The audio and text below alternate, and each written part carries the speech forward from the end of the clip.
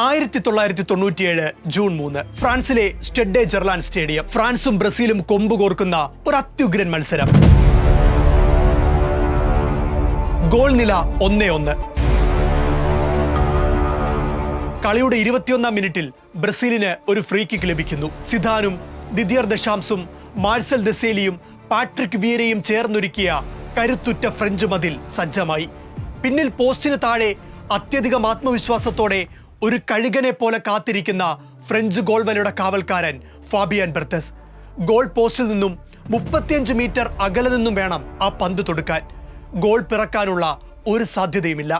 കിക്കെടുക്കാൻ കാനറിക്കുപ്പായത്തിലെ ആ 6-ാം നമ്പറുകാരൻ പതിവിലുമധികം പിന്നിലേക്ക് നടക്കുന്നു.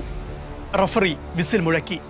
പാഞ്ഞെത്തിയ അയാളുടെ ആ ഇടം കാലടിയിൽ കളിക്കളവും ഗ്യാലറിയും ലോകവും ഞെട്ടിത്തരിച്ചു.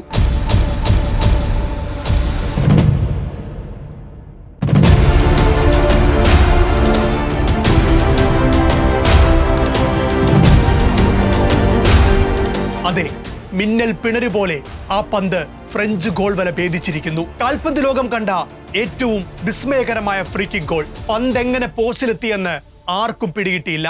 എന്താണ് സംഭവിച്ചതെന്ന് പോലും മനസ്സിലാകാതെ ഫ്രഞ്ച് ഗോളി ഫാബിയൻ ബെർത്തസ് തങ്ങൾക്ക് നേരെ കൊടുങ്കാറ്റ് വിതച്ച ആ മനുഷ്യനെ ഒന്ന് നോക്കി. The bullet man of Brazil, സാക്ഷാൽ റോബർട്ടോ കാർലോസ് ദ സിൽവ റോച്ച.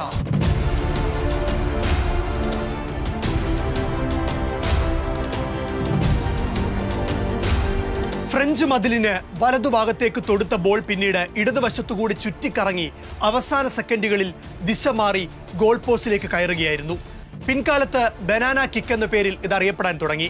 പന്തിന്റെ ഒരു പ്രത്യേക ഭാഗത്ത് ശക്തമായി പ്രഹരിക്കുമ്പോൾ ഒരേ സമയം ബോളിന് സ്പീഡും സ്പിന്നും ലഭിക്കുന്നു. ചലിക്കുന്ന ദിശയിൽ നിന്നും ബോൾ വളയും. ഫിസിക്സിൽ മാഗ്നസ് ഇഫക്റ്റ് എന്നാണ് ഇതിനെ വിളിക്കുക. ബെർണോളിയുടെ തിയറി അനുസരിച്ച് വായുവിന്റെ വേഗത കുറഞ്ഞ വലതുവശത്ത് മർദ്ദം കൂടുകയും വായുവിന്റെ വേഗത കൂടിയ ഇടതുവശത്ത് മർദ്ദം കുറയുകയും ചെയ്യുന്നതിനാൽ ബോളിന് വലത്തുനിന്ന് ഇടത്തോട്ട് ഒരു പുഷ് ഉണ്ടാകുന്നു. അങ്ങനെ ബോളിന്റെ ചലനം ഇടത്തേക്ക് മാറുന്നു. ഇതിനാലാണ് പന്ത് കറങ്ങി വലയിലേക്ക് എത്തിയത്. ഫിസിക്സിലെ വളരെ പ്രധാനപ്പെട്ട 2 തിയറികൾ ഈ ഗോളിന് പിന്നിലുണ്ട്. അതിനാലാണ് ആ ഗോൾ ഇന്നും തലമുറകളെ ത്രസിപ്പിക്കുന്നത്.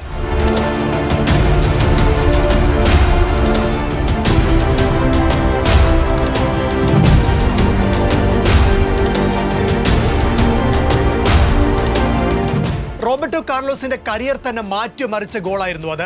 ആ ഗോളിന് പിന്നാലെ ക്ലബ് ഫുട്ബോളിൽ അയാളുടെ മൂല്യം 10 മടങ്ങ് വർദ്ധിച്ചു. ബ്രസീലിയൻ ഫുട്ബോളിന്റെ സുന്ദര ഭൂതകാല സന്തതിയായ റോബർട്ടോ കാർലോസ് കളിക്കളത്തിൽ ഒരു കടുവയെ പോലെയായിരുന്നു. വിസ്മയിപ്പിക്കുന്ന വേഗം, കരുത്തുറ്റ കിക്കുകൾ, അതിസുന്ദരമായ അസിസ്റ്റുകൾ, കൃത്യതയാർന്ന പാസുകൾ, അങ്ങനെ എല്ലാം കൊണ്ടും എതിരാളികളെ വിറപ്പിച്ച അക്രമകാരി. അതിശക്തമായ ഫ്രീ കിക്കുകളും അമിത വേഗവും കാർലോസിനെ കളിക്കളത്തിൽ ഒരു അത്ഭുത മനുഷ്യനാക്കി.